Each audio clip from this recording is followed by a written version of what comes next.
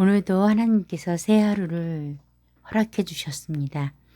오늘 하나님이 저희에게 주시는 말씀은 누가복음 23장입니다. 누가복음 23장 13절에서 16절 말씀입니다. 13절에서 16절 말씀. 찾으셨으면 우리 함께 읽도록 하겠습니다. 13절입니다. 빌라도가 대제사장들과 관리들과 백성을 불러 모으고 이르되 너희가 이 사람이 백성을 미혹하는 자라 하여 내게 끌고 왔도다. 보라, 내가 너희 앞에서 신문하였으되 너희가 고발하는 일에 대하여 이 사람에게 죄를 찾지 못하였고 헤롯이 또한 그렇게 하여 그를 우리에게 도로 보내었도다. 보라, 그가 행한 일에는 죽일 일이 없느니라. 그러므로 때려서 놓겠노라. 아멘. 자, 오늘 본문은 빌라도가 예수님이 갈릴리 사람이라는 것을 알고 헤롯에게 보냈습니다. 그러자 헤롯은 예수님을 신문하였지만 죄를 찾을 수가 없었어요. 그래서 자신도 곤란한 입장에서 벗어나고자 도로 빌라도에게 보냅니다. 이러한 사건으로 인해서 오히려 빌라도와 헤롯이 원수 사이였다가 친구가 되는 기이한 일이 일어나게 되죠. 그렇게 해서 헤롯으로부터 돌아온 예수님, 빌라도는 어떻게 해야 할까요? 그래서 빌라도는 13절 보니까 대제사장들과 관리들과 백성들, 여기서 관리들은 앞에서 언급되었던 누구겠어요? 장로들, 서기관들이겠죠.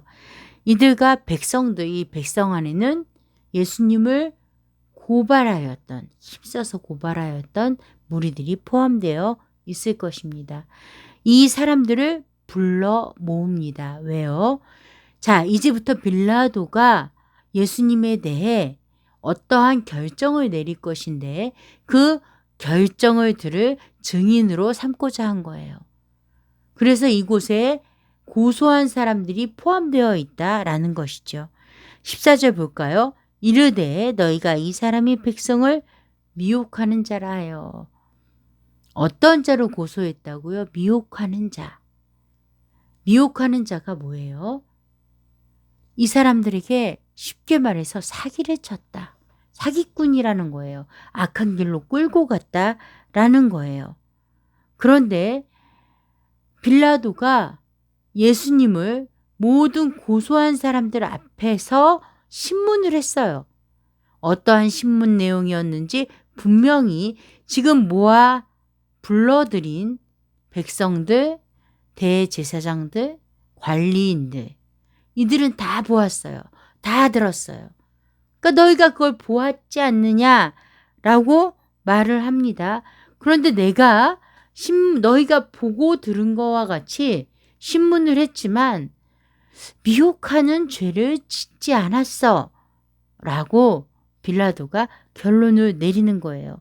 그러면서 덧붙여서 15절 볼까요? 헤롯 이야기를 합니다. 다시 말해 헤롯이 예수님을 다시 빌라도에게 돌려보낸 이 사건은 바로 예수님이 무죄하다라는 증거가 된다라고 빌라도는 말하고 있어요. 자신이 신문한 것과 그리고 헤롯이 예수님을 빌라도에게 돌려보낸 것, 이 두 가지를 근거로 예수님은 죄가 없다, 무죄하다라고 결론 내린 거예요.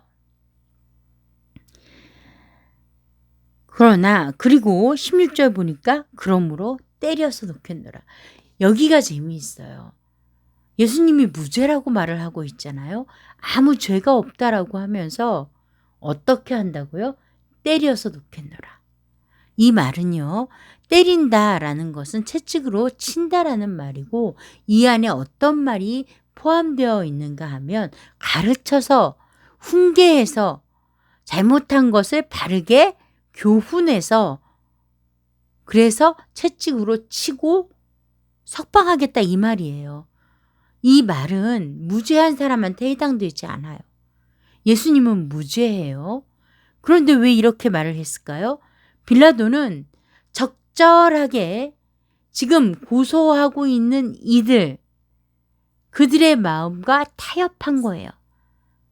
내가 볼 땐 분명히 무죄이지만 너희들이 고소를 하니 그 고소한 정성을 생각해서 이렇게 끝내자. 그가 무죄해서 채찍질 받을 일은 없지만 그냥 몇 대 때려서 내보내자. 타협안을 제시합니다. 정말 재미있죠. 앞도 맞지 않고 뒤도 맞지 않아요. 무죄라고 생각하면서 채찍질을 한대요.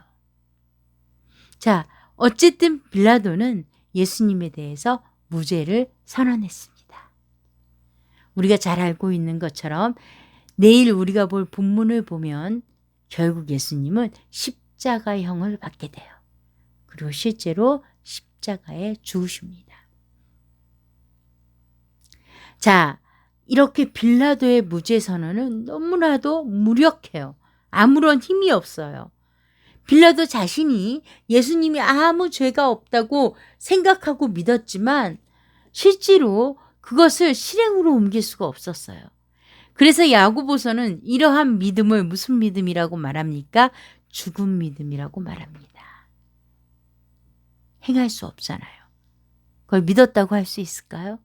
결국 십자가형을 내렸잖아요. 그러나 여기서 우리가 생각해 보아야 할 것이 있습니다. 예수님이 저와 여러분에게 무죄 선언을 하셨다는 거예요.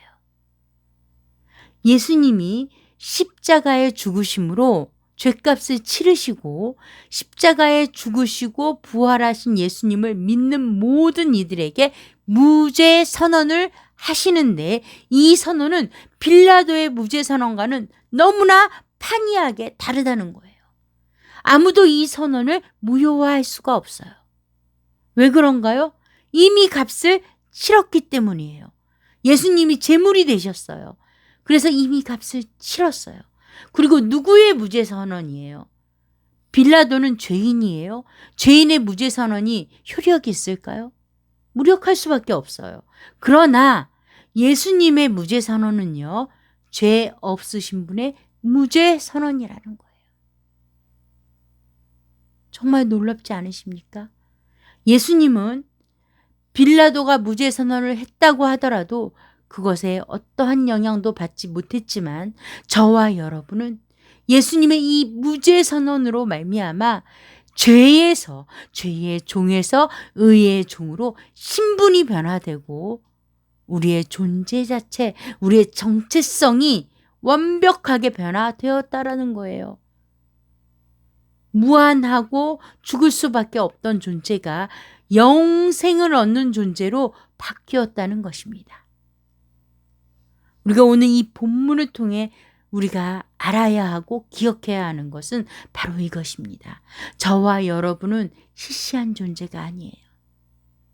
예수님의 무죄 선언을 받은 자, 바로 하나님의 자녀인 것입니다. 기도하겠습니다. 좋으신 하나님 아버지 감사합니다. 이 시간 빌라도의 이 무력한 무죄 선언이 아닌 십자가에 죽으시고 부활하신 예수 그리스도의 무죄 선언이 우리에게 임하여서 이제는 우리의 신분이 하나님의 자녀로 바뀌었음을 깨달아 알아 날마다 하나님의 통치 안에 기뻐하고 즐거워하는 천국 백성이 되게 하여 주시옵소서. 예수님 이름으로 기도합니다. 아멘.